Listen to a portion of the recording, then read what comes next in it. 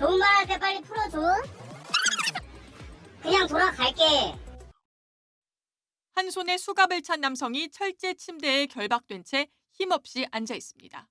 취업 사기를 당한 30대 남성 A씨가 캄보디아 최대 범죄 단지 시아누크빌 숙소에 감금된 모습입니다.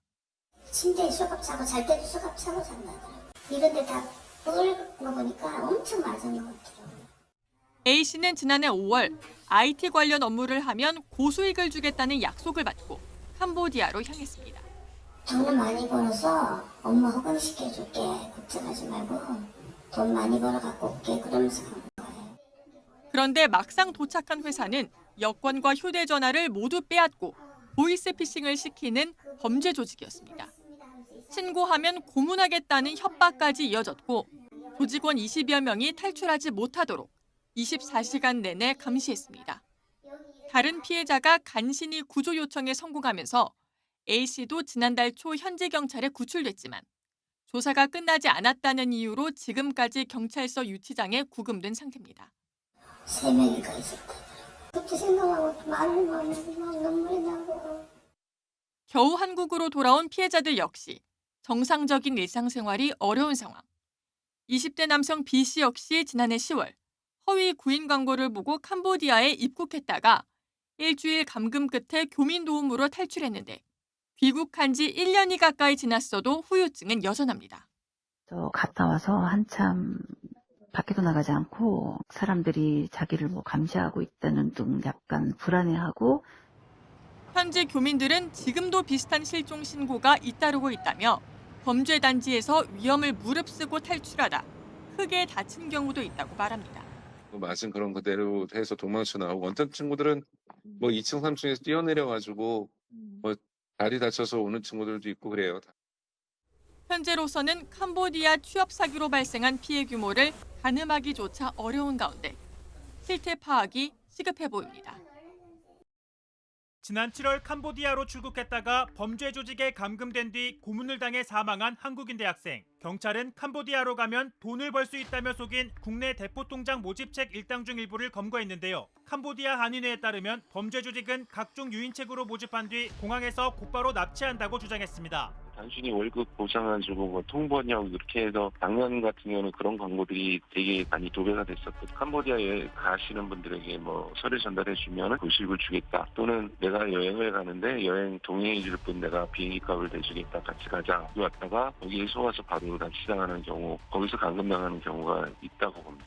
이후 탈출을 위해 한인회에 SOS가 빗발친다고 말합니다. 단독으로 좀 탈출하는 경우도 있고 두세 명씩 이렇게 무리져서 도망 나와서 함께 있다가 연락하는 경우도 있고 하다 보니까 일주일에 한 5명에서 한 10건 정도, 10명 정도는 오는 것 같아요. 한인회뿐만 아니라 대사관에서 해서 올해만 해도 벌써 400~500건 정도의 신고 건수가 있고 탈출해서 뭐 돌려보낸 건이 있다면 도망쳐 나온 사람들은 더 많이 있겠죠. 하지만 캄보디아 정부의 미온적인 태도, 단속보다 빠른 범죄 조직의 확산 등이 문제라고 지적합니다.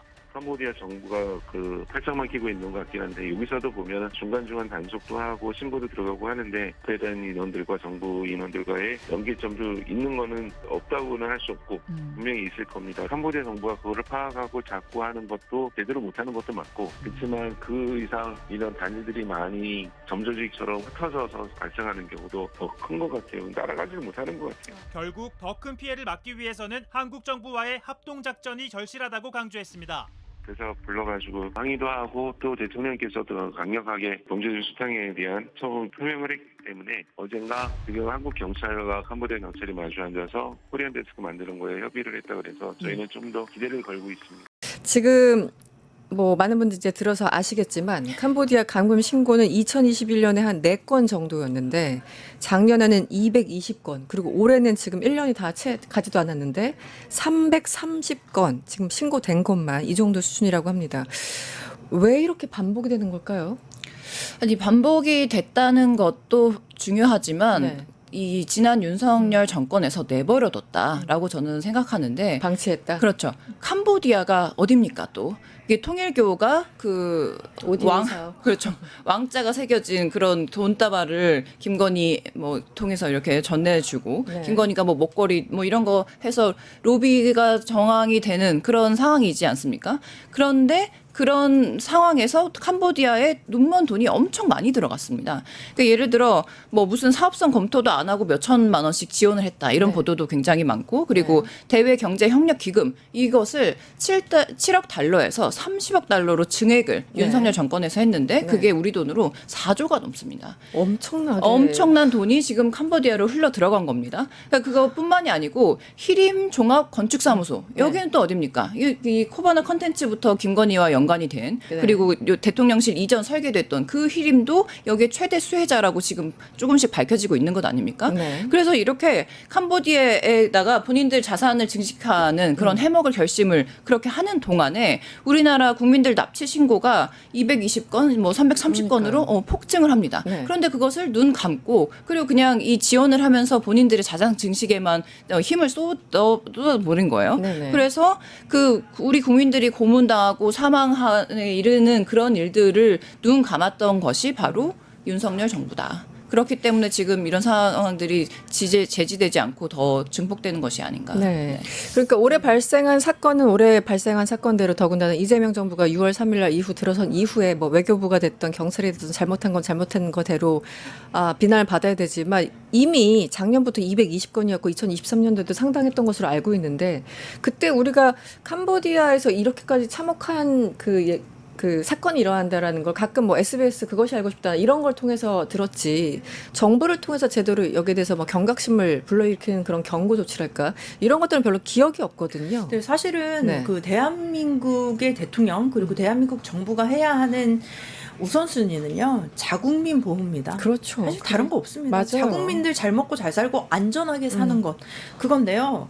지금 보면 우리가 해외에서 한국 국적의 뭐 누군가가 뭐 살해를 당했다, 다쳤다, 네. 뭐 무슨 사고를 당했다라고 했을 때는 굉장히 뉴스에 크게 나요. 뭐 네. 프랑스에서 뭐 파리에서 여행하던 한국인 청년이 뭐 어떻게 됐다 이런 건 많이 나는데 사실 캄보디아 건수가 이렇게 많은데도 그렇게 언론이 관심을 갖지 못했고 정부에서 네. 또 발표를 하지 않았다는 게 저는 놀라울 사실입니다. 네. 앵커님께서 말씀하셨듯이 2021년에 4건이었어요. 네, 근데 사실은 이게 어떻게 보면 윤석열 정부의 시작과도 같이 갑니다. 그러네요. 22년에 피해 신고 한 건수 적었어요. 22년에 적었단 얘기예요. 근데 윤석열이 대통령 되고 나서 23년에 17건 그리고 24년에 갑자기 220건으로 증가가 됩니다. 네. 그렇다면 이재명 대통령님은 2025년에 되신 거잖아요. 네. 6월에 되신 거고. 네. 그렇다면 뭐 지금이 우리가 330건이라고 하지만 사실은 이거는 지금 2022년부터 24년까지 계속 늘어왔던 것들과 네네. 그 이제 추가된 인원들이라고 저는 보여집니다. 네. 그렇다면 이 인원들이 이렇게 될 때까지 우리가 왜 알지 못했냐. 사실 이건 뭐 캄보디아의 굉장히 얘기하면 길지만 정치 경제 상황과 네. 그리고 이제 코로나라는 그게 이제 엮여 있다고 보여집니다. 그렇죠. 코로나로 인해서 뭐 이제 수출 수입도 안 되고 어떻게 다르게 뭐 솔직히 뭐 사기치고 마약 팔고 뭐 돈을 벌 방법이 없으니 네. 그때 생각했던 게 이제 온라인을 통한 범죄인 거죠. 보이스피싱 네. 그리고 로맨스 스캠 같은 거죠. 네네. 그래서 근데 그런 온라인으로 하기 위해선 사실 이게 우리나라만의 문제는 아니고요. 전 세계적으로 예, 조금 그래서 퍼져 미국 있었죠. 같은 경우도 어떤 특정한 뭐 콩고인가요? 그 지역에 있는 사람들이 영어를 굉장히 미국 말처럼 잘하기 때문에 우리나라의 어떤 뭐 특정한 인종이 뭐 이렇게 뭐 보이스피싱을 하는 것처럼 그런 게 이제 미국도 좀 있다고 합니다. 근데 이제 이게 코로나 때 생긴 거죠. 이제 이동이 자유롭지 못하니 네. 이제 온라인을 통한 범죄를 하게 된 건데 이 부분에서 이제 청년들이 네. 이 부분에 그 청년들도 대한민국 청년들도 이제 요즘 취업이 어렵고 네. 그러다 보니 그 절박함을 이용한 거죠. 그렇습니다. 저도 네. 요새 문자가 계속 와요. 하면은 뭐 한 달 월 수익 뭐 1,000만 원 보장, 이런 뭐 것들. 일주일 네. 몇 시간만 일하시면 됩니다. 이러면 사실 저도 뭐 나이가 들고 이래서 그냥 에휴, 스팸이구나 하지만 만약에 젊은 친구들이고 어린 친구들이고 절박한 상황이면 네. 혹할 그래, 수 있어요. 이거 내가 네. 그리고 일을 안 하고 그냥 준다는 것도 아니고 일을 하라고 하면서 준다고 한다면 그래 내가 노동의 대가로 받을 수 있는 돈이겠구나 라고 합법적인 거구나 했는데 갔을 때는 사실 두 가지입니다. 첫 번째는 스스로가 이게 어떻게 보면 자발적으로 간 거죠. 네네. 근데 이게 범죄라는 것을 알고 네.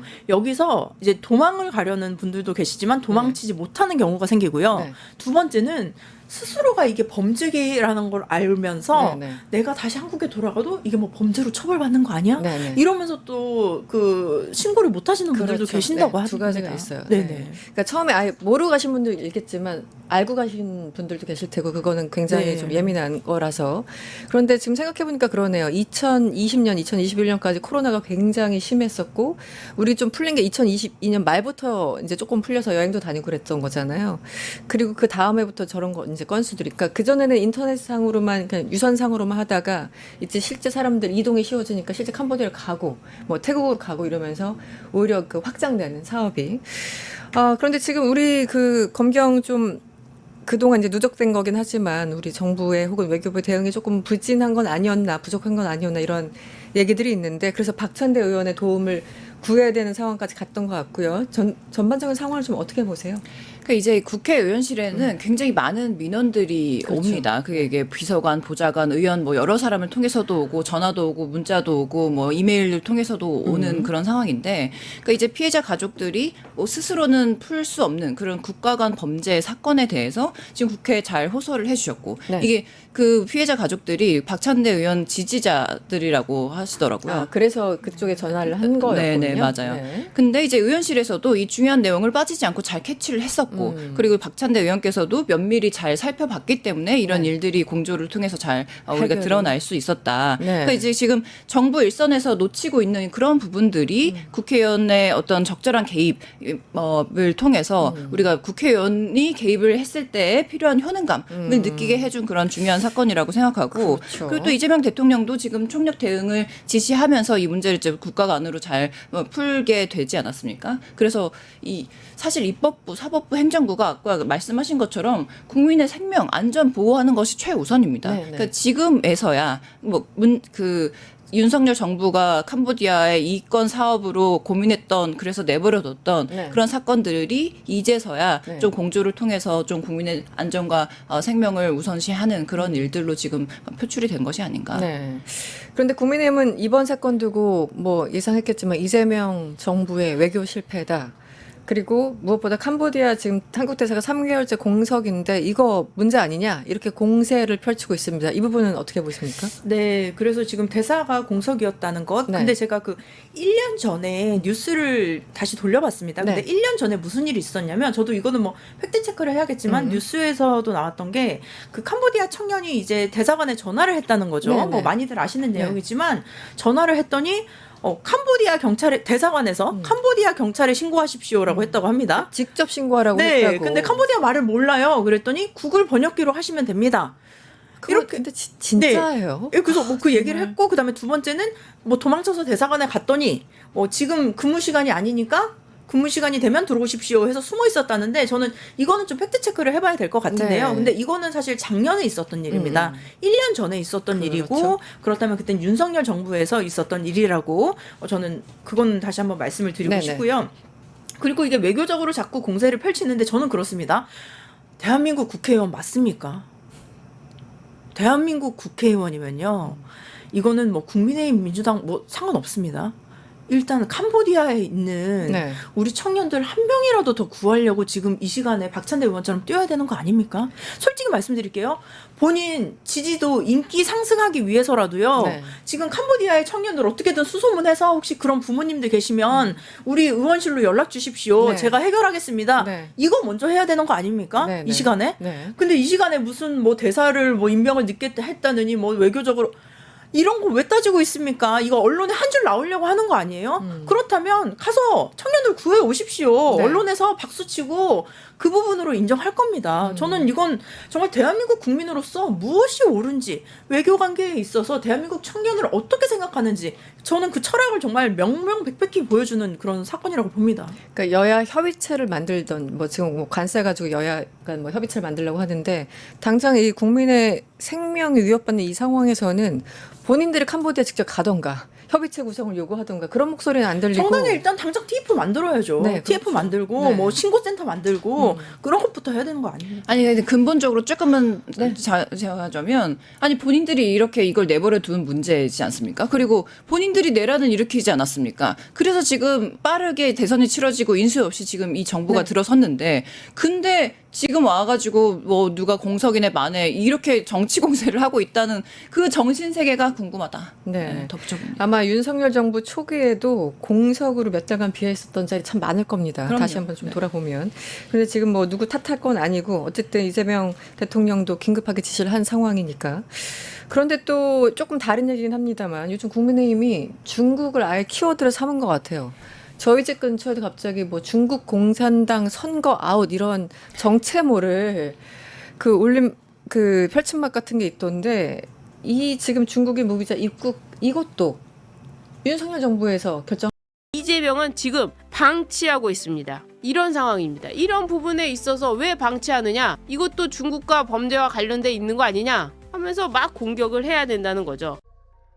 나경원 국민의힘 의원이 최근 캄보디아에서 한국인 상대로 납치 감금 등 강력 범죄가 이어지는 것에 정부가 이를 방치하고 있다고 주장했습니다. 나 의원은 영어 범죄 도시가 현실화되고 있다며 올해 8월까지 캄보디아 내 한국인 납치 신고가 330건으로 늘었다고 밝혔는데요. 최근 캄보디아에 갔던 대학생은 납치된 후 고문으로 인해 2주 만에 사망했고 캄보디아 여행 중 실종된 40대 남성은 현지에서 혼수 상태로 발견됐다고 전했습니다. 이어 이것이 우리 정부의 무능과 직무유기가 낳은 국격 추락의 민낯이라며 지금이라도 국가총력 대응 체계를 가동하라고 말했습니다. 뭔 소리야? 말 같지도 않은 소리라고 그래. 씨. 진짜 짜증나.